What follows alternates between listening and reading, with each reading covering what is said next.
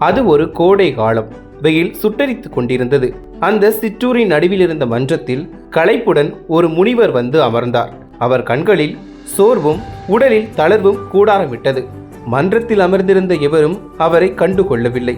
சற்று முற்றும் பார்த்தார். யாராவது தன்னை பார்த்து உடனடியாக தாகத்தையும் பின்னர் பசியையும் தீர்க்க வேண்டும் என்று எண்ணினார். நேரம்தான் ஓடியதை தவிர யாரும் அவரை நெருங்கி வரவில்லை. மெல்ல மெல்ல முனிவருக்கு கோபம் வர ஆரம்பித்தது. அங்கிருந்த யாரும் அவரை ஒரு பொருட்டாகவே கருதவில்லை. அவ்வளவுதான். திடீரென எழுந்த முனிவர், என்னை கண்டுகொள்ளாத இந்த ஊரில் 50 வருடங்களுக்கு மழையே பெய்யாது போகட்டும் என்று சாபம் கொடுத்தார். அதன் பிறகு எல்லாரும் ஓடி வந்து அவர் காலில் விழுந்து வணங்கி சாப விமோச்சனம் தருமாறு கெஞ்சினர். முனிவரோ பிடிவாதமாக, கொடுத்த சாபம் கொடுத்ததுதான், அனுபவியுங்கள் என்று கோபமாக சொல்லிவிட்டு கிளம்பிவிட்டார்.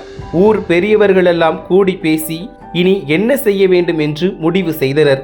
50 வருடங்களுக்கு மழை பெய்யாது என்பதால் விவசாயத்தை நிறுத்திவிட்டு வேறு வழியில் பிழைப்பை பார்த்து கொள்ள வேண்டும் என்று முடிவு செய்தனர். அவரவருக்கு தெரிந்த வேறு தொழில்களில் கவனம் செலுத்த முடிவாயிற்று.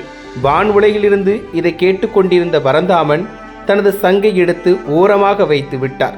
அவர் சங்கு ஊதினால்தான் மழை பெய்யும் என்பது ஐதீகம். 50 ஆண்டுகளுக்கு சங்குக்கு வேலையே இல்லையே. நாட்கள் மெல்ல நகர்ந்தன. அவரவர் தங்கள் தொழில்களில் மும்முரம் காட்டத் தொடங்கினர். ஒரே ஒரு விவசாயி மட்டும் தினமும் தன் வயலுக்கு சென்று உழுது வந்தார். ஊரார் அவரை ஏளனமாக பார்த்தனர். சிலர் அவரிடம் கேட்கவும் செய்தனர்.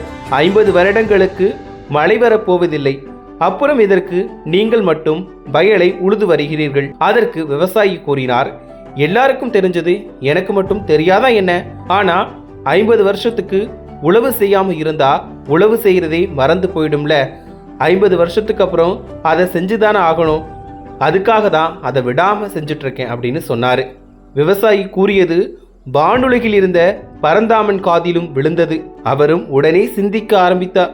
விவசாயி சொன்னது சரி அப்படின்னு அவருக்கும் பட்டுச்சு. ஒருவேளை 50 வருஷம் ஊதாமலே இருந்தா நமக்கும் சங்கு ஊதுறது மறந்து போயிடுமோ அப்படின்ற பயம் பரந்தாமனை தொத்திக்கிச்சு.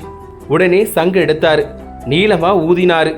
அப்புறம் என்ன, மழை கொட்டுன்னு கொட்டிச்சு. வறண்டு கிடந்த பூமியெல்லாம் வளம் பெற்றது. தினமும் அந்த விவசாயி உழுது வச்சிருந்ததால போட்ட விதையெல்லாம் முளைச்சி அவருக்கு விளைச்சல் அமோகமா கிடைச்சது.